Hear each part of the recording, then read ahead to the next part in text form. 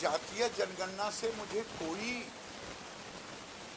मैं उस जातीय जनगणना के साथ खड़ा हूं, लेकिन जातीय जनगणना में ये भी होना चाहिए मुसलमानों को भी जात के श्रेणी में लानी चाहिए।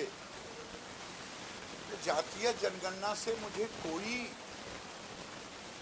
मैं उस जातीय जनगणना के साथ खड़ा हूं, लेकिन जातीय जनगणना में ये भी होना चाहिए मुसलमानों को भी जात के श्रेणी में लानी चाहिए। जातीय जनगणना से मुझे कोई, मैं उस जातीय जनगणना के साथ खड़ा हूं, लेकिन जातीय जनगणना में ये भी होना चाहिए मुसलमानों को भी जात के श्रेणी में लानी चाहिए।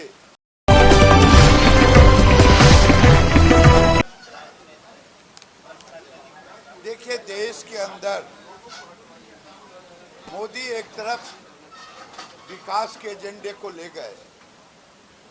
देश का अगर बजट 2014 में 16.5 लाख करोड़ का था, आज 37.5 लाख करोड़ से ऊपर गया।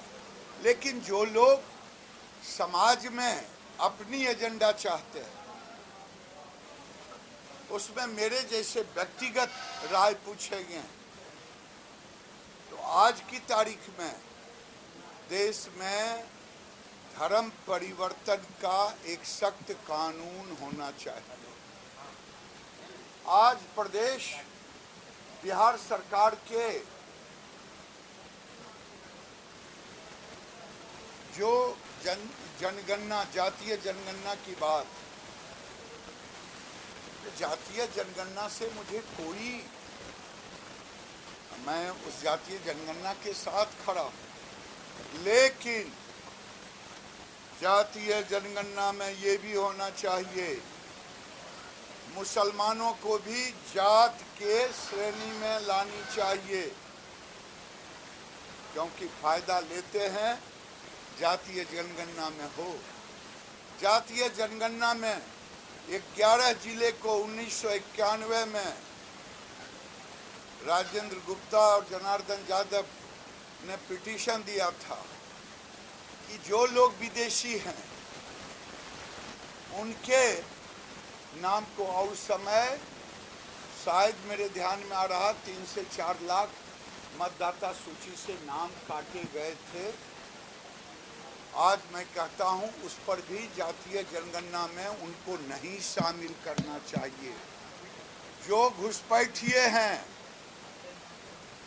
राजनीतिक दृष्टि से भले जो कह लें, लेकिन जातीय जनगणना से उनको, चाहे रोहिंग्या हों, चाहे बांग्लादेशी घुसपैठिए हों, चाहे 1991-92 में निकाले गए जो हैं, उनके परिवार को भी उस जातीय जनगणना में नहीं शामिल करना चाहिए। मुझे कोई दिक्कत नहीं, लेकिन अब समय आ गया है कि देश में अल्पसंख्यक पर पुनर्विचार होनी चाहिए कि देश में अल्पसंख्यक की परिभाषा को पुनर्विचारित करने की ज़रूरत है। जब मदनी खुद कह रहे हैं कि मैं तो अब अल्पसंख्यक नहीं हूँ, अल्पसंख्यक शब्द को हटा देनी चाहिए, ये मैं कह रहा हूँ, क्योंकि हम ऐसे भी नारा लगा रहे हैं सबका साथ, सबका विकास, सबका विश्वास, सबका परिवार। मैं आज के लिए